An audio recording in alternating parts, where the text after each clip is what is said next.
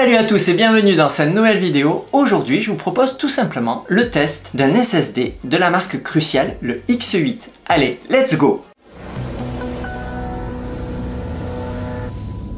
La marque Crucial, je connais plutôt bien. Pourquoi? Parce que j'ai acheté plusieurs SSD de cette marque. Alors, le premier SSD que j'ai acheté, c'est le BX500, que j'ai mis sur un vieux PC. J'en étais pleinement satisfait. Ensuite, pour ma PS5, j'ai acheté un SSD MVE P5. Et franchement, j'en étais très satisfait également. Et là, Ruben avait besoin, donc, pour son MacBook, d'un SSD externe. Pourquoi? Parce que les MacBooks, il faut le savoir, n'ont pas des SSD très importants à la base. Voilà, donc si vous voulez mettre le prix évidemment, ou si vous avez la possibilité de mettre le prix, vous allez pouvoir prendre un SSD plus important. Et là il avait 256 Go donc de base, et il avait besoin d'avoir une capacité supérieure. Et donc on s'est tourné vers ce SSD donc de la marque Crucial pour augmenter en fait sa capacité de stockage. Alors au niveau caractéristiques, tout d'abord les capacités, vous avez plusieurs capacités possibles. Alors nous avons pris du 1 Tera, donc il existe du 1 Tera, il existe du 2 Tera et il existe également du 4 Tera. Voilà, donc il faut le savoir, si jamais vous voulez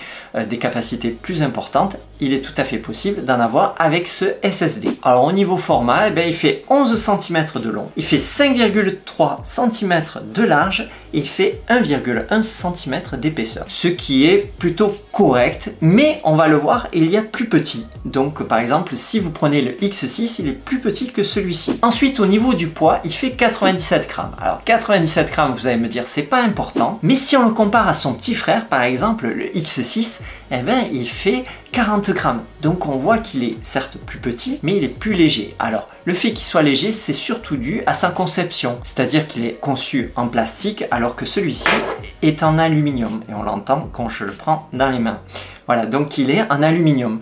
Donc c'est pour ça qu'il est un tout petit peu plus lourd. Au niveau de la rapidité de transfert, il faut savoir qu'il va en débit théorique jusqu'à 1050 mégasecondes. Mais ça reste des débits théoriques. En débit réel, on va dire entre guillemets, il va à 900 mégasecondes. Alors c'est très correct si on le compare à la plupart des SSD, voire un tout petit peu mieux que certains SSD qui seraient même un tout petit peu plus cher que celui-ci. Mais si on le compare au meilleur, c'est-à-dire le Western Digital Black P50, il est 2 fois moins rapide. Donc est-ce que déjà 1 gigaseconde grosso modo c'est très rapide? Alors est-ce qu'il vous faut 2 gigasecondes de vitesse de transfert? Voilà, donc il faut se poser la question. Pourquoi? Parce que le Western Digital, il est au niveau du prix 2 fois plus cher. Donc c'est-à-dire celui-ci il est aux alentours de 85 €, tandis que le Western Digital il va être aux alentours de 179 €, 180 € grosso modo. Au niveau de l'interface, vous avez un USB 3.2 génération 2. Ensuite, vous avez un câble qui est fourni et ce câble il est plutôt intéressant même s'il n'est pas très long, donc on le verra par la suite, mais c'est le fait que vous avez en fait de l'USB-C. Et ça c'est très bien lorsque vous avez un Mac parce que vous pouvez directement le brancher sur votre MacBook. Donc ça c'est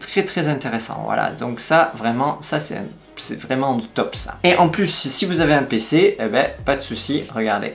Voilà. Et là, vous le branchez au PC.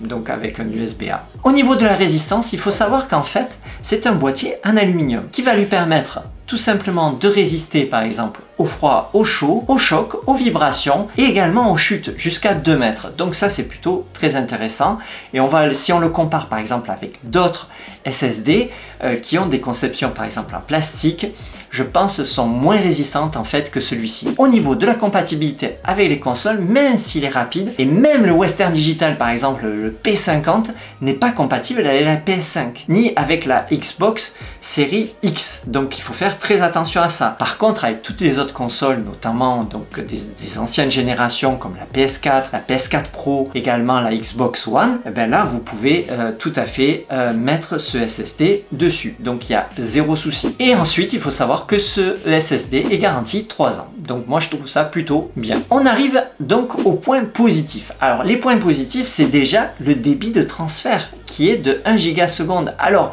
on a vu qu'il y avait le Western Digital qui était bien meilleur, mais il faut savoir qu'il y en a beaucoup qui sont en dessous de ce SSD. C'est plutôt un bon point positif pour moi. Autre point positif, le fait qu'il résiste également aux chutes, donc avec son côté en aluminium. Donc ça c'est plutôt un très bon point positif. Autre point positif, le fait qu'il ait un très bon rapport qualité-prix. Il faut savoir que ce SSD coûte environ 85 €. Je vous mets le lien dans la description. Pour moi, le dernier point positif, c'est ça, c'est ce câble. Donc, qui est à la fois un point positif, et on va le voir, un point négatif, mais vous verrez pourquoi, mais c'est le fait qu'il est un USB-C. Et ça, c'est très bien lorsque vous êtes sur Mac notamment. Ensuite, dans les points négatifs, c'est la même chose. C'est ce câble. Pourquoi? Parce qu'il est pas long. Ce câble, il fait 20 cm de longueur. Et quand vous avez un PC comme j'ai moi, des fois, vous le mettez en haut, vous le mettez en bas, c'est un peu court, voilà. C'est pas le seul constructeur à faire ça, attention, hein. Je pense qu'ils font ça pour avoir des bonnes vitesses de transfert, mais ça c'est chez tous les constructeurs quasiment, hein. Donc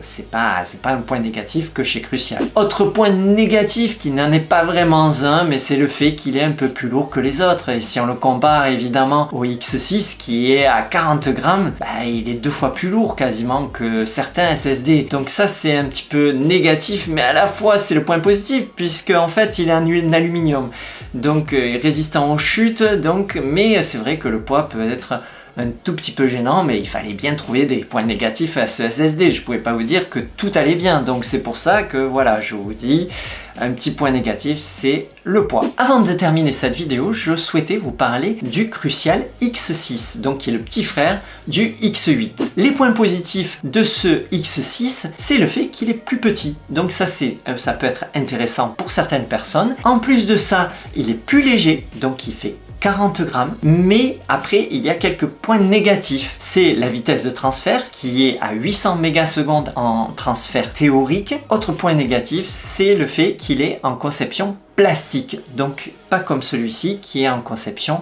aluminium. Nous arrivons donc à la fin de cette vidéo. N'hésitez pas à mettre un commentaire, par exemple si vous avez acheté un SSD, que vous êtes satisfait ou pas. N'hésitez pas également à vous abonner à la chaîne et n'hésitez pas à lâcher un pouce bleu si le contenu vous a plu. Et moi je vous dis à plus tard pour une prochaine vidéo. A plus, ciao!